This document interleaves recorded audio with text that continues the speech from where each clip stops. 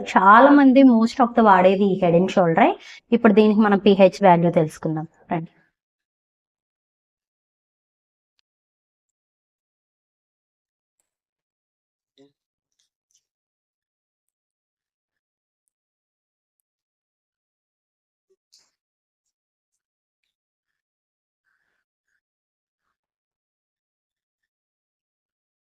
So ఇప్పుడు head and shoulder షాంపూకి pH value తెలుసుకుందాం.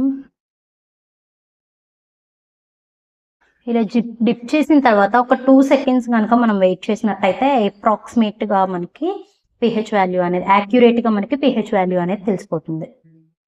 ఇది మనకి హెడ్ అండ్ షోల్డర్ షాంపూ మనకి ఈ 6కి 7కి ఇన్ మిడిల్ వచ్చిందండి. మీరు క్లియర్గా చూసినట్టయితే 6కి 7కి మధ్యలో కనిపిస్తుంది దీని కలర్ అనేది మనకి. So which means we can consider it as 6.5. దీని pH వాల్యూ మనం 6.5 కింద కన్సిడర్ చేయొచ్చు.